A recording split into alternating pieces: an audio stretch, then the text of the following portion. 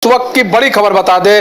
बड़ी खबर यह है कि अमित शाह जो है वो रांची दौरे पर आएंगे। गृह मंत्री अमित शाह रांची के दौरे पर आज वो आएंगे और कह सकते हैं चुनाव को धार देने के लिए अमित शाह रांची के दौरे पर आज आएंगे। और कल जो है बीजेपी अपना संकल्प पत्र यानी मैनिफेस्टो कल जारी करेगी कि झारखंड में वो क्या कुछ देने जा रही है। उसके बाद का ये भी कहा जा रहा है 3 जनसभाओं को भी वो संबोधित करेंगे, 3 जगहों पर जाएंगे, वहां पर जनसभाओं को भी संबोधित करेंगे। तो अमित शाह का झारखंड का दौरा है, वो रांची पहुंचेंगे। ऐसे में संकल्प पत्र भी कल बीजेपी जारी करेगी। 3 जनसभाओं को वो संबोधित भी करेंगे 3 जगह पर जाके।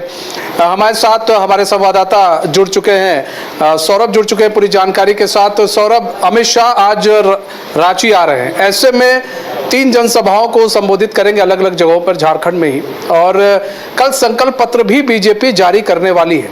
ऐसे में क्या समझा जाए, संकल्प पत्र में बीजेपी के ऐसी क्या चीज रहने वाली है जिससे वो जनता को लुभा सके, जनता के बीच में जा सके इस संकल्प पत्र के जरिए?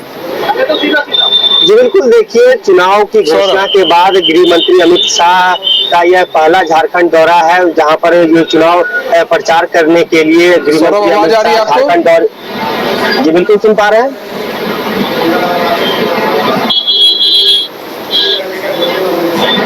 जी बिल्कुल, देखिए, चुनाव की घोषणा के बाद गृह मंत्री अमित शाह का झारखंड दौरा है। उसके बाद ही कह सकते हैं कि लगातार स्टार प्रचारकों की झड़ी बीजेपी की ओर से लगाई गई है कि किस प्रकार से झारखंड की जनता को अपने पक्ष में साधने की लगातार कोशिश की जा रही है। लगातार बैठकों का दौर जारी है। इसके साथ ही यदि संकल्प पत्र की जहां तक बात की जाए तो सबसे पहले बीजेपी ने 3 फेज में अपने संकल्प पत्र को जारी करने की बात कही है। तो पहले फेज में जो पंचपरन बीजेपी की ओर से जो जारी किए गए थे, उसमें 5 बिंदुओं का जिक्र किया गया था। उसमें युवा, महिला और भी कुछ 2-3 मुद्दे को उसमें बहुत बखूबी साधने की कोशिश की गई थी। उसके बाद ये जो संकल्प पत्र की यदि बात की जाए तो जनता को लुभाने की कोशिश की जाएगी, किस प्रकार से जनता को अपनी ओर आकर्षित किया जाए, जो कि ज्यादा से ज्यादा एनडीए के पक्ष में झारखंड की जनता वोट कर सके। इसमें यदि कुछ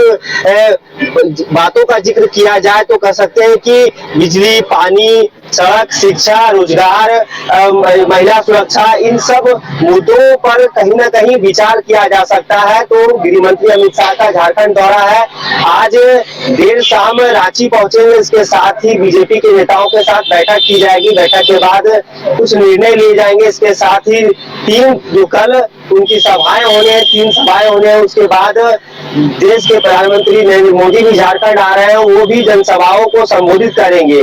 तो कह सकते हैं कि झारखंड को किस प्रकार से जीता जाए, किस प्रकार से झारखंड की जनता को रिझाया जाए, जो कि एक अहम बैठक बताई जा रही है कि गृह मंत्री अमित शाह के पहुंचने के बाद बड़े बड़े नेताओं के साथ चर्चा होगी। इस चर्चा में जो संकल्प पत्र में किन बिंदुओं को शामिल किया जाए, क्या कुछ ऐड ऑन किए जा सकते हैं जो कि प्लस पॉइंट साबित हो सके बीजेपी के लिए, इन सब विषयों को लेकर चर्चा की जा सकती है। जी सौरभ, संकल्प पत्र तो बनकर तैयार, ऐसे में उसको कल लॉन्च किया जाना है। तो ऐसे में क्या समझा जाए कि कौन कौन सी ऐसे मुद्दों पर बीजेपी ज्यादा ध्यान केंद्रित कर रही है झारखंड से रिलेटेड? बिल्कुल, यदि मुद्दे की बात की जाए तो सबसे पहला जो बांग्लादेशी घुसपैठ की मुद्दा जो चर्चाओं का बाजार गर्म इस मुद्दे को लेकर देखने को मिल रहा है। इसके साथ ही रोजगार एक बहुत बड़ी समस्या बताई जा रही है इस राज्य में। इसको बहुत अच्छे तरीके से बीजेपी ने कैच किया है हेमंत सोरेन सरकार को घेरने के लिए, और उनका वादा भी है कि सरकार बनते ही कि ये रोजगार मुहैया करवाई जाएगी, जो पद खाली है उसे भरा जाएगा। और जेएसएससी सीजीएल की जो परीक्षा में कथित गड़बड़ी का मामला से देखा जा रहा है, उसकी जांच की जाएगी। जेपीएससी चेयरमैन को जल्द से जल्द सरकार में आने के बाद भर्ती करवाया जाएगा। तो रोजगार कह सकते हैं, रोजगार, महिला सुरक्षा, स्वास्थ्य, इन सब मुद्दों को कहीं ना कहीं भुलाने की कोशिश की जाएगी, जिससे जनता एनडीए और बीजेपी के पक्ष में ज्यादा से ज्यादा बढ़कर वोट कर सके। इन सब मुद्दों को भुनाने की कोशिश की जाएगी, क्योंकि जब से चुनाव की सरगर्मियां तेज हुई है, 2-3 मुद्दे लगातार गूंज रहे हैं झारखंड की सभाओं में। जो भी बीजेपी के बड़े नेता आ रहे हैं, जो जनसभाओं को संबोधित कर रहे हैं, वहां बांग्लादेशी घुसपैठ का मुद्दा हो, रोजगार का मुद्दा हो, महिला सुरक्षा का मुद्दा हो, भ्रष्टाचार का मुद्दा हो, ये 4-5 ऐसे मुद्दे हैं जो कि प्रायोरिटी में रखे गए हैं कि इसी को आगे रखकर ये कहीं ना कहीं जनता को रिझाने की कोशिश की जा सकती है। जी अच्छा, इन सबके बीच सबसे बड़ी बात यह है जो बागी हो चुके हैं नेता, कुछ बागी हो चुके हैं बीजेपी से, उनको भी मनाने की कोशिश की जा रही है। शिवराज सिंह चौहान, असम के सीएम हेमंत बिश्व शर्मा, इन लोगों ने कुछ लोगों तो मना लिया है, लेकिन अभी कुछ लोग हैं जो बागी हैं, तो ऐसे में इनको बनाने की कोशिश की जा रही है। और क्या लग रहा है कि अमित शाह के आने से वो बागी भी मान जाएंगे जो अभी नाराज चल रहे हैं? बिल्कुल, देखिए अमित शाह भाजपा के कद्दावर नेता हैं, उनके आने से बहुत फर्क पड़ने वाला है। कहीं ना कहीं किस प्रकार से स्ट्रैटेजी बनाई जाए और जो बाकी बचे दिन हैं पहले चरण के मतदान के लिए, उसको किस प्रकार से जनता को अपनी ओर साधा जाए। इसके साथ ही यदि बागी नेताओं की बात की जाए तो ज्यादातर बागी नेताओं के घर और उनसे संपर्क किया गया है। इसका कहीं ना कहीं कह सकते हैं हिमंता बिस्वा शर्मा खुद इसकी कमान ले लिए हैं। उसके साथ ही जहां जहां देखा जा रहा है कि बागी नेताओं ने नामांकन किया है, नॉमिनेशन किया है, डैमेज कंट्रोल करने की कोशिश की जा रही है, उन्हें मनाने की लगातार कोशिश की जा रही है। और इसका असर भी हमें देखने को मिला कि कई सीटों पर जो भाजपा के बागी नेता थे जिन्होंने नामांकन दायर किया था, लेकिन उनके बातचीत के बाद, संपर्क के बाद उन्होंने अपना नामांकन वापस लिया। तो कह सकते हैं कि हिमंता बिस्वा शर्मा का जो ये फैक्टर है, जो नाराजगी जो नेताओं के बीच है, जो बागी नेता है, उन्हें मनाने में कहीं ना कहीं सफल साबित हो रहे हैं। इसके बाद अमित शाह का दौरा होना है, प्रधानमंत्री नरेंद्र मोदी भी झारखंड आ रहे हैं, यहाँ से फिर मूवमेंट तैयार किया जाएगा। किस प्रकार से जो बाकी बचे दिन है, इसमें रणनीति अपनाकर लगातार जनता के बीच पहुंचा जाए और बागी नेताओं को मनाकर एक साथ करके चुनाव में आगे बढ़ा जाए। इसके साथ ही जो भी बागी नेता जब नामांकन वापस ले रहे हैं तो वो एक बात कह रहे हैं कि जो हमसे भूल हुई थी, हालांकि पार्टी को सर्वमान्य रखकर हम लोग निर्णय लिए हैं, एक साथ रहकर चलना है, सबका एक ही मोटो है कि झारखंड को भ्रष्टाचार से मुक्त करना है। एक नारा भी गूंज रहा है कि बटेंगे तो कटेंगे। ये भी एक कहीं ना कहीं फैक्टर माना जा सकता है कि किस प्रकार से जो बीजेपी की रणनीति है, को रणनीति है, इसको समझकर आगे की जो काम है, जो कार्य है, जो पार्टी ने तय किए हैं, शीर्ष नेताओं ने तय किए हैं, प्रदेश स्तर के जो कार्यकर्ता हैं, जो भी बीजेपी के समर्थक हैं, उन्हें काफी अच्छे से इन सब बातों को समझाकर, उनके दायित्व को समझाकर आगे की रणनीति के लिए उन्हें तैयार किया जा सके। जी अच्छा, ये भी देखिए यहाँ पर ये भी कहा जा रहा है सौरभ कि बागियों को मनाने की कोशिश है, और ये भी कहा जा रहा है कि अगर सत्ता में आते हैं तो उनको एक महत्वपूर्ण जिम्मेदारी भी दी जाएगी।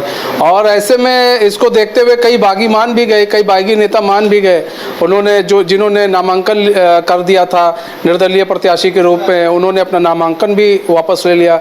कई ऐसे बागी नेता थे जो सपोर्ट नहीं कर रहे थे। तो बीजेपी को एक घाटा तो हो जाता अगर ये बागी नेता नहीं मानेंगे, तो बीजेपी को कहीं ना कहीं नुकसान तो होगा। तो ऐसे में उन बागी नेताओं को मनाने की जो जद्दोजहद चल रही है, वो ये भी कहा जा रहा है कि ये भी कहा गया कि अगर सत्ता में आते हैं तो भाई आप लोग को उचित सम्मान मिलेगा और आप लोग परेशान ना होइए।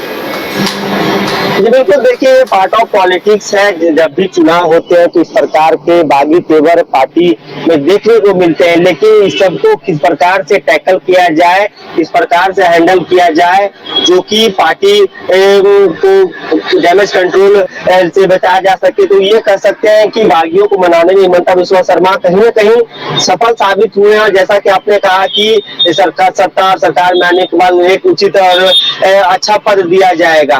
तो ये कह सकते हैं कि जो हिमंता बिस्वा शर्मा है लगातार झारखंड के दौरे पर है और जो बागी नेता है उनसे बातचीत कर रहे हैं, उनको मनाने की कोशिश की जा रही है, कर रहे हैं।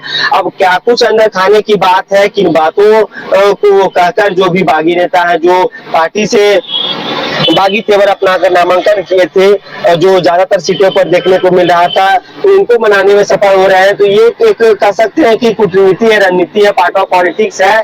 लेकिन यदि बागियों की बात की जाए तो कई सीटों पर बीजेपी का जो कैंडिडेट थे, 2-3 कैंडिडेट, और वहां पर खड़े हो जाने से जी कि बार बार बात युवाओं की होती है और कहा जाता है युवा जो है, युवाओं को रोजगार दिया जाएगा।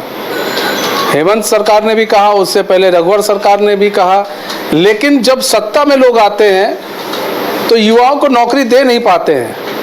फिर यही युवा सड़कों पर उतरते हैं, हड़ताल करते हैं, प्रदर्शन करते हैं। तो क्या कोई योजना बनाई है बीजेपी ने? जी बिल्कुल, देखिए जिस प्रकार से युवा, एक सही कहा आपने कि युवाओं के बारे में हर एक सरकार सत्ता में आने से पहले बात तो करती है कि युवाओं के लिए उनका जो रिक्त पद है वो भरा जाएगा, बेरोजगारी खत्म की जाएगी। तो कहीं ना कहीं कह सकते हैं कि झारखंड में बेरोजगारी एक बहुत बड़ा मुद्दा है, इसे सभी पार्टियां भुनाने की कोशिश तो करती है चुनाव के दरमियान, लेकिन सत्ता में आने के बाद इनके लिए क्या कुछ जो ये गाइडलाइन तय किए जाते हैं, रोड मैप तय किए जाते हैं कि इस प्रकार से युवाओं की जो बेरोजगारी है उसे खत्म की जाएगी, इसको बहुत अच्छे तरीके से कह सकते हैं कि बीजेपी ने अडॉप्ट किया है। और उन्होंने बाकायदा कहा है कि बीजेपी के नेताओं का कहना है कि सत्ता में आते ही एनडीए सरकार सबसे पहले जीएसएससी सीजन की जांच करके इसे रद्द करवाने की बात कही गई है। इसके साथ ही जो रिक्त पद है झारखंड में उसे फुलफिल किया जाएगा, एग्जाम कैलेंडर जारी किए जाएंगे, बाकायदा एग्जाम कैलेंडर के तहत जो एग्जाम लिए जाएंगे। इसके साथ ही जेपीएससी का यदि मुद्दा हो, जीएसएससी का मुद्दा हो, इन सब पर अच्छी तरीके से काम किया जाएगा। तो ये इंडिया और एनडीए गठबंधन में दोनों महिलाओं पर ही आधारित होते हैं। एक तरफ मैया सम्मान योजना तो एक तरफ गोगो दीदी योजना। तो इधर बात करें युवाओं को लुभाने के लिए रोजगार कहा जाता है, हम आएंगे देंगे, लेकिन कौन कितना देता है ये तो आने वाला वक्त बताएगा। फिलहाल बहुत बहुत धन्यवाद। तो आपको बता दें कि आज जो है अमित शाह रांची दौरे पर आएंगे और वो घाटशिला, बरखट्टा और सिमरिया में वो जनसभा को संबोधित करेंगे और जो बागी नेता हैं उनको भी मनाने की पूरी कोशिश की जा रही है। कल संकल्प पत्र भी जारी होगा, अब देखना होगा बीजेपी के संकल्प पत्र में क्या कुछ है। मैं एसके मंडल अध्यक्ष, SK Mandal group of institutions Patna, आप समस्त देशवासियों को दीपावली एवं लोक आस्था का महापर्व छठ पूजा की हार्दिक शुभकामनाएं देता हूं।